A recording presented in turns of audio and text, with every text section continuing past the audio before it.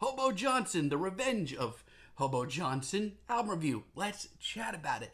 Hey guys, what's going on? John here from What's Spinning here tonight to chat about the latest from Hobo Johnson, California-based cult phenomena. This guy has a massive cult following. Also, there's a lot of people that just, don't get him or just find him really annoying. But for a while, I considered myself kind of a fan of this guy. His very intense spoken word, sort of emo-flavored rap has actually, been pretty dazzling at times. And you know what? I was a very casual fan of his debut, Hobo Johnson's 94 Corolla, but it was around the time of the rise of Hobo Johnson that I actually really took to his style. Sex and the City is still a jam. His sense of humor, his quirky lyrics, nods to genres like emo, like I said. All of it was pretty entertaining. Then he sort of just blew up overnight with that Peach Scones video. He released The Fall of Hobo Johnson. And all of a sudden, this guy was a cult superstar. However, for me, his follow-up, The Fall of Hobo Johnson, wasn't nearly as enjoyable as his debut. As a matter of fact, at times I thought it was a little half-baked. And sadly, leading up to this album, I thought some of the singles that he was putting out were some of his lesser interesting ones. I mean, I hate to say it, this guy has a fan base, and I enjoy some of his older stuff, but a lot of this album shows him, quite frankly, losing steam and fast. Like, when this album wastes your time, boy does it ever. Take, for example, I Want to See the World. This track is a garbage plate of ideas that should have just been left on the table. I mean, it's sweet. It shows Hobo Johnson sharing his thoughts on, wanting to see the world. And it's, charming at times. I don't know, this could have been done a lot more interesting, though. As bad as it sounds, I just don't care about a lot of it. My therapist, I don't know. You know what? I'll admit it. I laughed at a line or two. His sharp wit is here.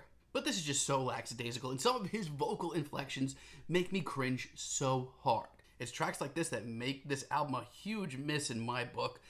Jordan's House is easily the worst track here. This is the epitome of everything off about this album. It's highly repetitive, it's annoying. I don't really know when Hobo Johnson kind of got this impression that he's some slacker rock god. He's not. This track is just so half-assed and really, really annoying. Damn it, though.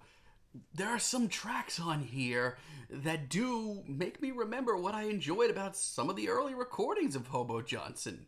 Take, for example, Anton, LaVey. While I wasn't into a lot of the singles leading up to this album, this track as an intro almost made me rethink some of them. This reminds me of what attracted me to him in the first place. I love the sort of jazzy elements we get at times in this big sing-along chorus. Now, I will say this, if you weren't a fan of his music to begin with, this is certainly not going to sway you. But for me, this is fun, even though lyrically it's batshit insane with Hobo Johnson talking openly about, a relationship with the devil. I have a lot of the same feelings on I Want You Back. Once again, if you're not into his vocal stylings, this is going to be a rough trip for you, but honestly, I think this is a lot of fun.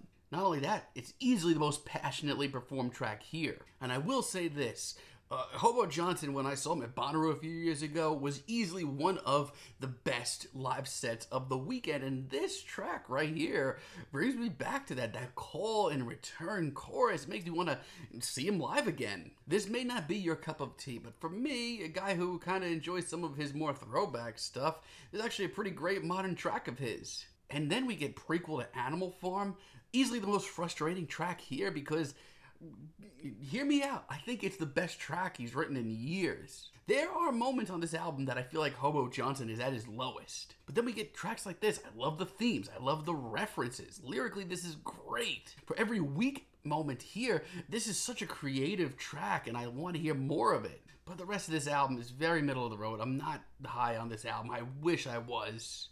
I mean, You Want a Baby is dealing with a lot of really tough topics. It dives into Hobo Johnson talking about having a baby with his new girlfriend and his feelings on it as well as hers. But I don't know, it kind of makes him come off a lot less likable.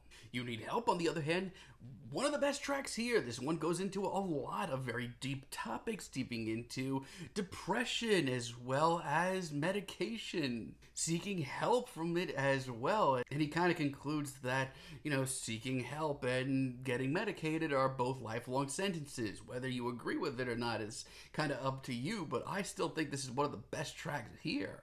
It reminds me of the very vulnerable young man that came forward on the rise of Hobo Johnson. But then we get Song 9, the government's not great, and here we are again. It's very, very middle of the road. Like, I get this is in the style of some classic Hobo Johnson tracks, but I get the feeling here that even he's not vibing on this anymore. The chorus is passionate, and I love how wild the instrumental gets at times, but his vocals here, come on. This just comes in phoned in even by his standards, and by the time that we get to the end of this track, it just sounds desperate. And then we get an outro, a movie trailer-sized outro. And you know what? I'm gonna be honest with y'all. I laughed.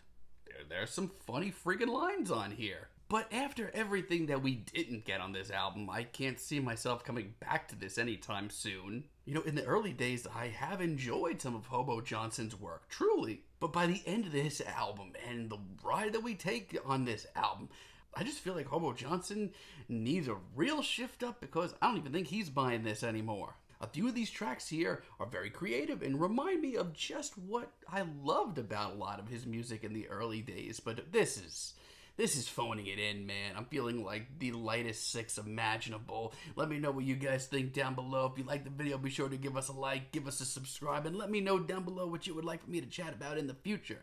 And until next time, have a great day, guys.